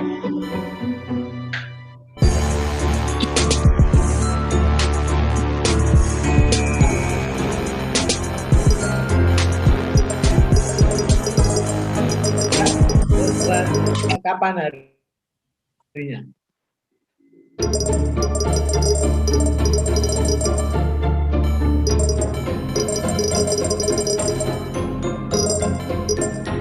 I think we have a winner already. Yeah, I think we have a winner already. So, congratulations for the winner. I think we have the winner is Brian Paul. Congratulations. Oh, So Yeah, can we see the face, Brian Yeah, Paul? and we have Tanggal 6 ya. Brian Paul. Yeah. And then on the second place, unfortunately, just missed Matur nuwun, probably Pak by KPS. Siap. a little time Yeah. with the total point, 20, the 20-point differences with the first, Ibu Kartika. So I'm sorry, unfortunately. So you can tell the top 5. Yeah. Lulu, So we the have top 5. top 5 here. We have our winner. So that's a 1 million for you, Bapak Brian Paul. Hope that's I mentioned that correctly. Congratulations. Oh, Bapak Brian doesn't have a webcam, unfortunately. But yeah, we have Ibu Kartika, Ibu Elvia, Ibu Ari, and Ibu Amira for the top 5. So yeah, great job, everyone. So congratulations for Bapak Brian, and then great job, everyone, for the quiz. Hopefully that's entertaining enough. And please join our quiz later on for the second panel sessions for later today. So now we have end our panel sessions for the first panel sessions for today. So the next sessions will be on the breakout room. So if you can check the chat room, you have informations on the breakout topics, and if you would like to join, we also have links to the breakout rooms. So feel free to join the rooms. And that's it from my side from the first panel session, and I'll give the sessions back to Arani. Thank you very much. Yes, thank you very much, Ibu Lulu, for leading our session, and thank you very much for Ibu Desi and Professor Martina for your very insightful lecture. Ladies and gentlemen, after this, we will have a 10-minute breaks. But before the break, I would like to remind you that we have put the link for your attendance in the chat. So please click on the link and fill the attendance so you can have your certificate of participation by the end of the conference. And we would like also to remind you that to come back for your breakout session, you can find the link for the breakout session in the chat. For the presenters, please make sure that you know your rooms. And for the conference participants, you can choose any breakout session that you wish to attend.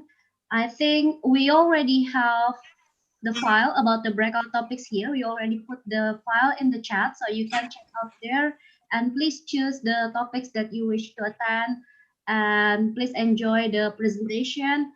And after the first breakout session, the breakout session will incur about 1.5 hours. After that, we will have lunch until 1 p.m. We will have second breakout session at 1 p.m. sharp. So please make sure that you attend again and check the topic and check the room and click on the Zoom link that you want to attend. And after the breakout session, we will back again to the main room. We still have very interesting panel session with Professor Dan and Professor Matthew. And as Ibu Lulu said, we also still have quiz, and we still have, and the most important thing is we also have our Ministry of Research and Technology, Professor Bambang Brojonegoro, to deliver his keynote speech in this afternoon.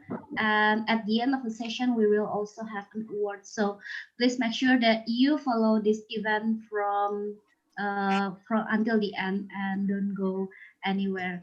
So that's all from me. I hope that you enjoy the rest of the conference and see you after the break at your own Zoom breakout room. Thank you very much, ladies and gentlemen.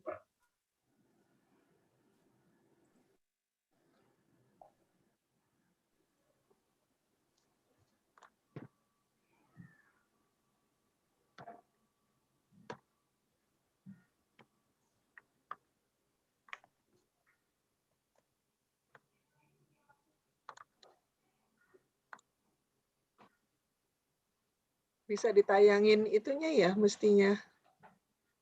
Yang apa PPT-nya.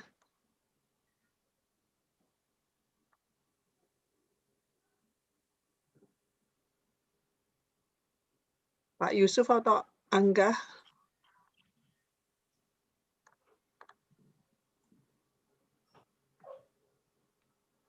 हाँ भाई वो अपना pickup था hello हाँ यार अपना university से pickup था तो कितना जाओगे आप लेने के लिए उसका ठीक है कोई बात Gentlemen, you are allowed for 2 minutes break, and please check the link in the chat that we have provided here. Ran, harusnya ada PPT yang ditayangin yang bisa nunjukin ininya loh, breakout room-nya. Wait a moment. Angga or Pak Yusuf yang actually... Pak Yusuf kayaknya, Bu. Iya. Pak Yusuf.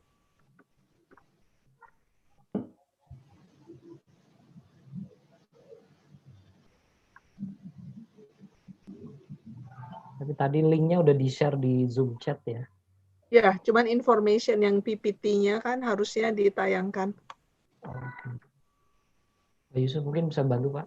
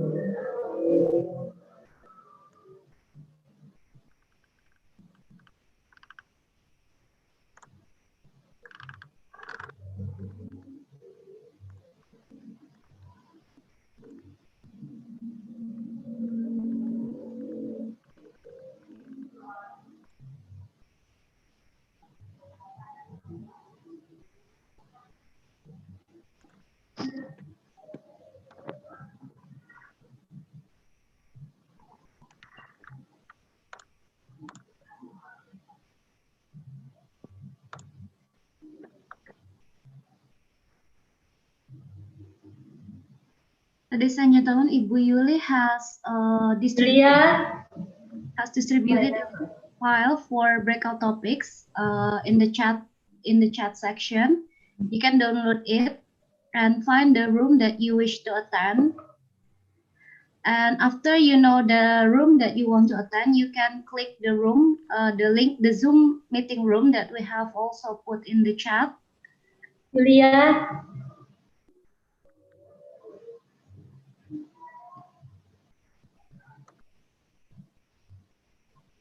So after the 10-minute break, we will go to our... DKG apa yang notulen kemarin di print ya?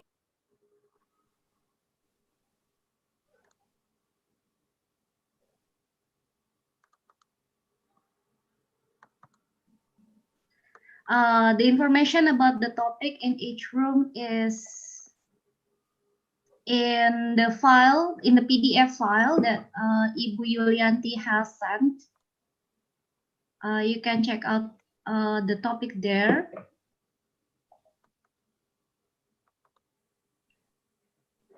We have posted the file.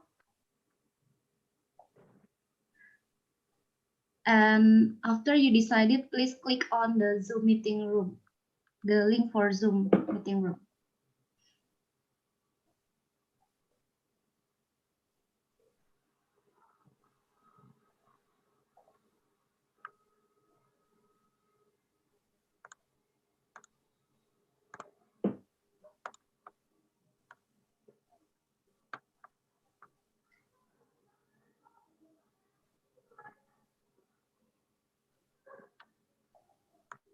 Maybe Mas Angga can go directly to the topic for each room.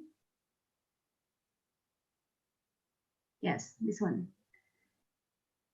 This is the topic for first breakout session. You can choose which rooms you wish to attend.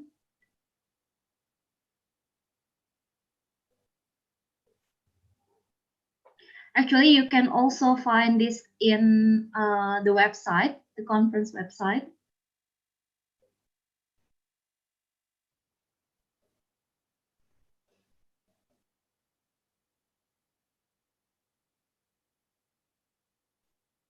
This is room 1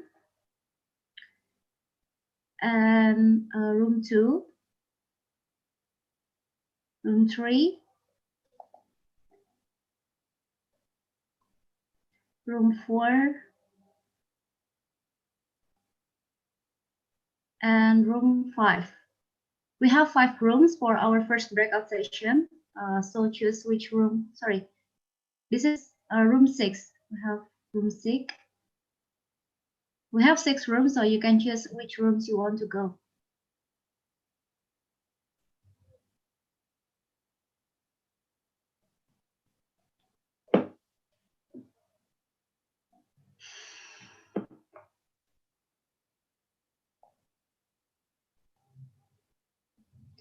Yes, you can leave current main room and go directly to the breakout room.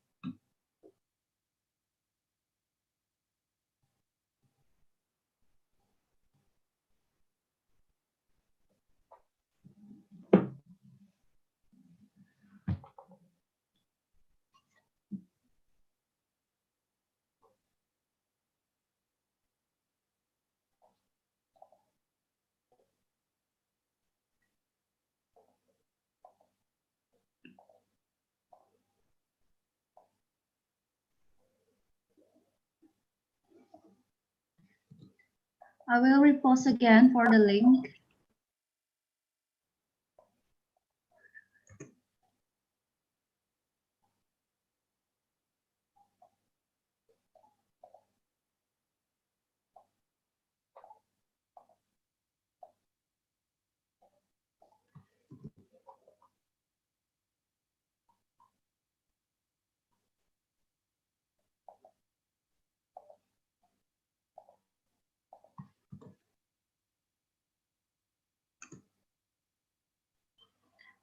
So everyone's still staying in the main room. You can leave this room and click the Zoom link here. By clicking this link, you will automatically leaving this main room and directed towards the breakout room.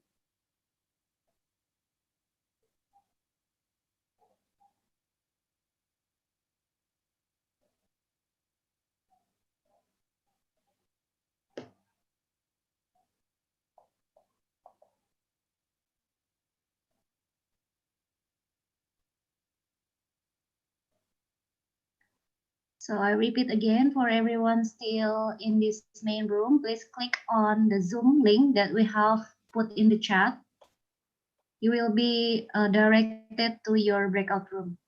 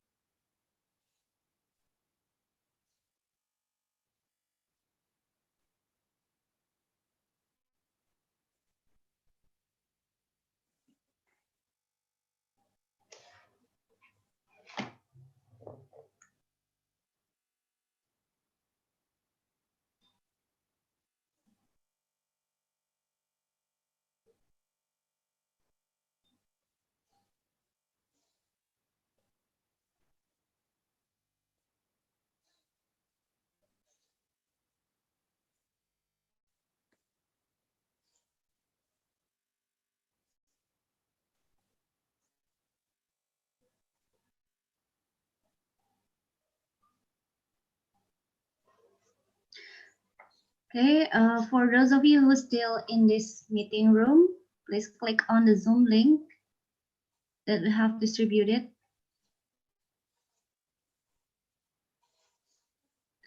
Room 11 is not open yet.